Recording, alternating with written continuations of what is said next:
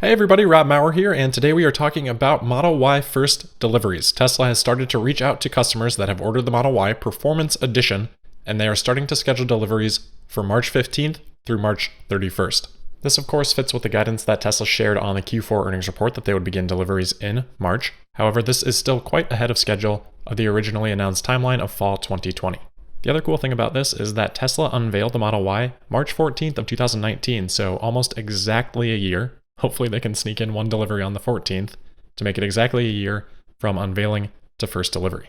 So far, only performance orderers have been contacted, but it does seem to be a big percentage of those performance orderers, and it's not just isolated into California either.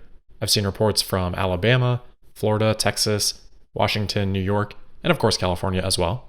And then the other noteworthy thing here is that it's not just the earliest orders that are receiving this invitation. We have multiple reports of people that placed their order for Performance Model Ys this month, February of 2020, that have received this invitation to schedule delivery.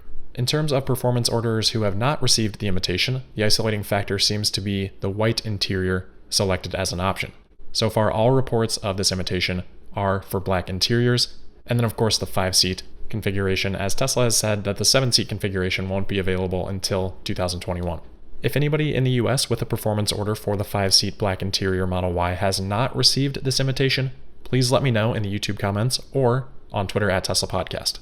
If you don't have concern about demand for the Model Y at this point, which you obviously should not, given the fact that they have sold none so far, there's obviously a huge demand backlog, this then is a positive indicator for production and another sign that the ramp up for Model Y will be significantly different than what we saw for the Model 3.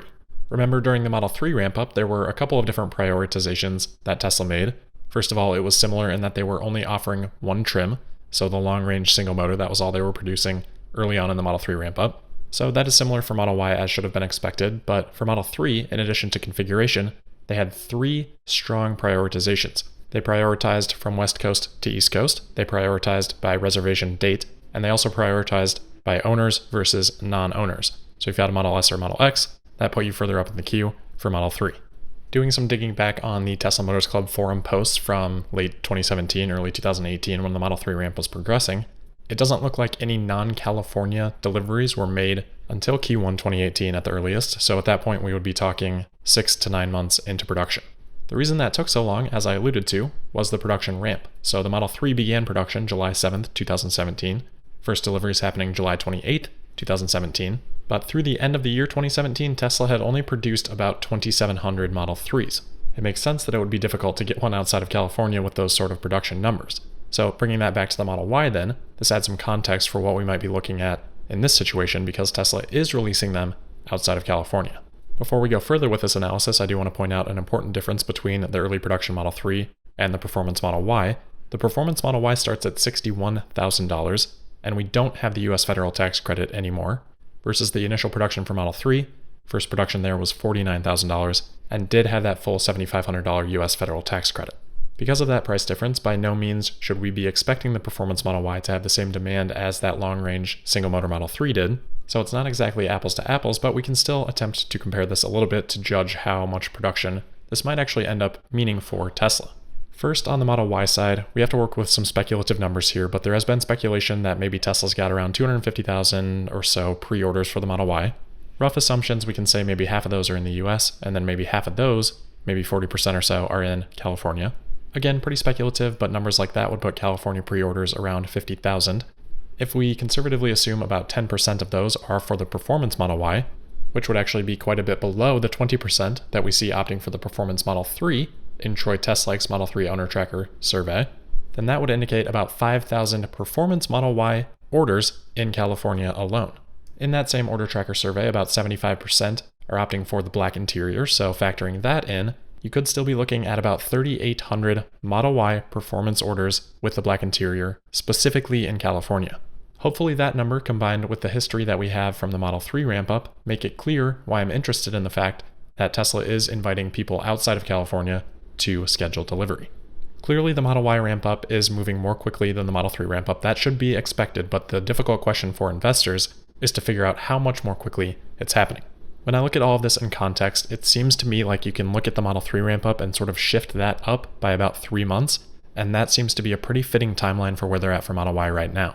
Looking at the Model 3 production ramp up quarter by quarter, in the first quarter Tesla produced 260 Model 3s, in the second quarter about 2,400, in the third quarter almost 10,000, and in the fourth quarter almost 29,000.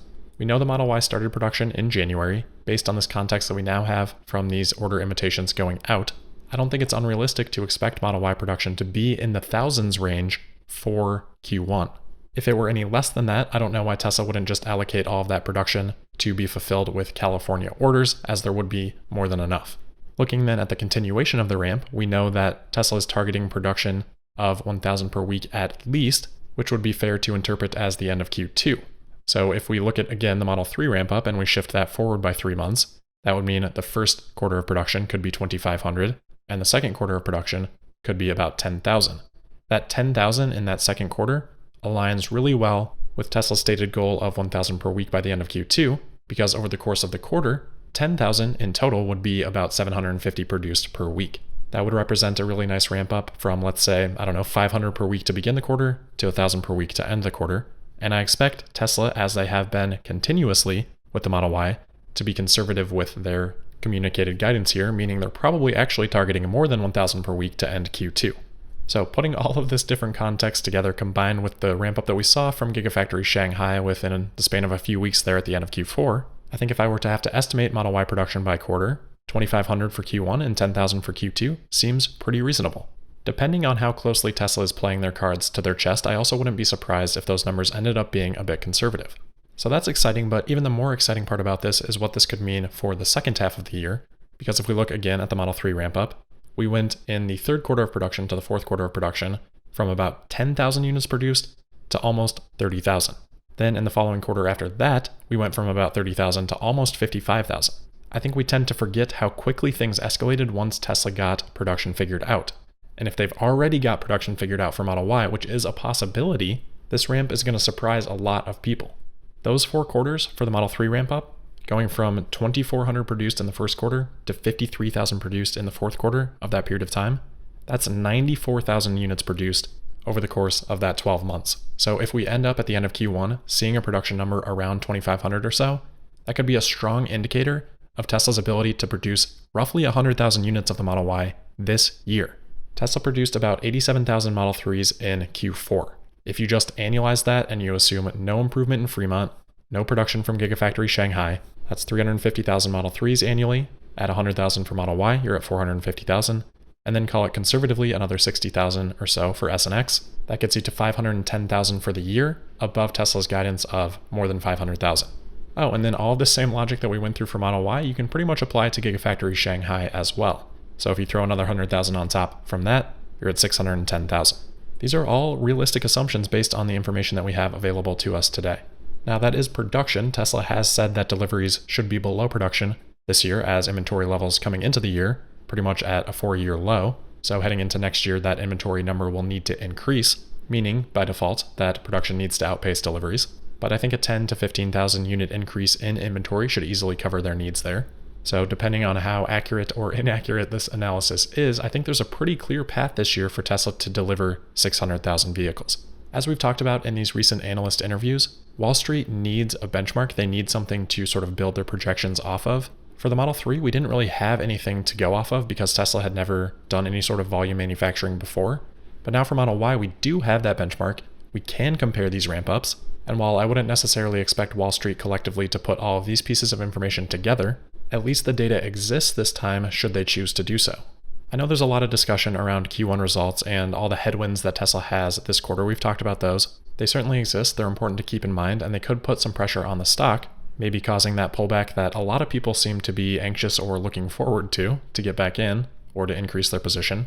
But the market is primarily forward-looking, as much as it doesn't seem that way sometimes. And if Tesla can give good news on Model Y production and give good news on Gigafactory Shanghai production, those are the kind of things that represent having the potential, at least, to cause Wall Street to shrug off any of the negatives of the Q1 results. And again, to the point on benchmarking and Wall Street liking benchmarking, well, our benchmark from last year, Q1, results were bad. Even if Q1 is bad this year, it's not going to be as bad as it was last year.